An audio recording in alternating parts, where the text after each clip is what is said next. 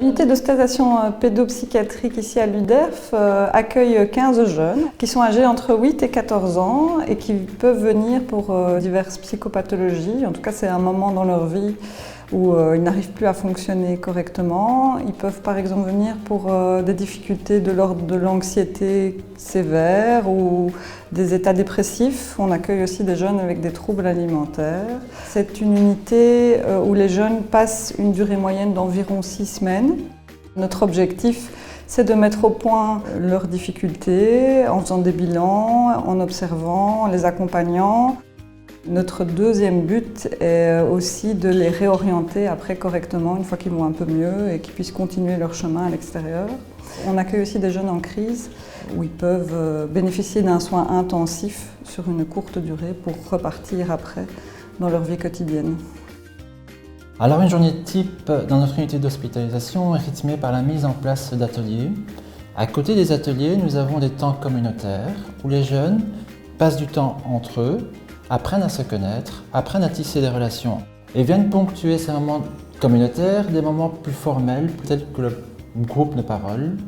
Ce sont des moments où les jeunes prennent la parole autour d'une thématique choisie et ça permet en tout cas aux jeunes de prendre une place dans le groupe. Le groupe constitue ici vraiment un support d'étayage pour le jeune. Nous avons développé plusieurs partenariats avec des associations, des ASBL, des clubs de sport. Ça permet aux jeunes de pouvoir faire confiance à l'autre. On voulait d'abord créer une ambiance familiale et conviviale, de reproduire quelque chose qui était de l'ordre du quotidien, comme quand on est à la maison. Ça permet aussi d'impliquer des processus plus affectifs, parce que se faire à manger, c'est prendre soin de soi, c'est prendre du plaisir à le partager avec les autres. En général, ce qu'ils font les jeunes, c'est qu'ils doivent choisir un menu, puis ils vont aller faire les courses, et puis ils vont préparer ensemble, et donc ça demande qu'ils partagent et qu'ils puissent éventuellement négocier comment on fait pour une recette de cuisine. Et puis l'objectif, c'est aussi à la fin de la journée, tout le monde mange ensemble, les intervenants et les jeunes. Et ça, c'est un moment agréable qui met une ambiance conviviale dans l'unité. Nous travaillons en collaboration avec l'école de Robert Dubois. Notre objectif, c'était que les jeunes puissent continuer à fréquenter l'école durant leur séjour à l'hôpital. Une première chose, c'est pour qu'ils restent à flot, donc ils ne soient pas noyés après, qu'ils puissent reprendre leur scolarité sans avoir trop perdu. L'autre objectif, c'est aussi de pouvoir évaluer leur niveau pédagogique et éventuellement, s'ils ont des problèmes d'apprentissage ou autre, ça nous donne des informations supplémentaires. Nous utilisons un outil qui s'appelle la résistance non violente. Toute l'équipe a été formée à cet outil-là. La première chose que ça a changé, c'est le positionnement de l'équipe par rapport à leur fonction d'autorité. C'est-à-dire qu'ils ont eu une autorité qui était plus souple, plus bienveillante et plus adaptative. Ça a vraiment changé notre manière de travailler. On a mis en place un espace d'apaisement dans l'unité qui utilise les outils du Snooze Learn. Snooze Learn est animé par une psychomotricienne avec beaucoup de finesse et beaucoup de sensibilité. L'idée ici, c'est de pouvoir permettre aux jeunes de pouvoir se recentrer sur eux-mêmes. On avait vraiment très envie d'impliquer les parents dans le dispositif de soins. C'est sa famille qui le connaît le mieux. Et donc nous, on décide vraiment de créer un partenariat avec la famille, parce qu'il faut savoir que les familles amènent leurs jeunes ici à un moment quand même de crise. Et donc on doit réfléchir avec eux pour se réajuster, pour retrouver un équilibre, pour repartir dans une vie habituelle en famille. Nous avons un petit peu ce rôle d'intermédiaire, de décodeur entre un jeune et ses parents. Nous avons également ce rôle de soutien pour les parents, de soutien pour le jeune. Par là, nous sommes amenés à pouvoir rassurer également les parents dans leurs inquiétudes.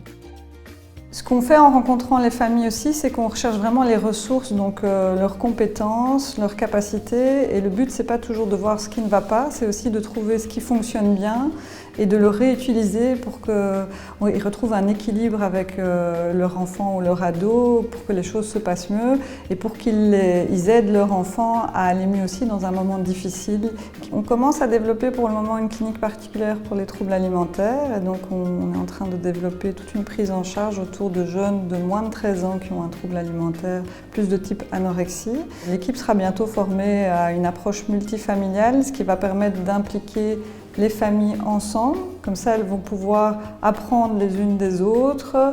Nous avons également le projet de développer un jardin thérapeutique L'idée ici est vraiment de pouvoir sortir encore une fois de l'unité, de pouvoir occuper l'espace à l'extérieur tout en étant à l'intérieur aussi, de pouvoir faire des jeux ici à proximité de l'unité, de pouvoir développer un tas d'activités avec les jeunes, profiter du temps. On voudrait développer un atelier sur les avatars qui va permettre aux jeunes de créer son avatar et ça va nous permettre de travailler avec eux sur leur identité, sur la façon dont ils se voient, sur leurs forces, sur leurs faiblesses.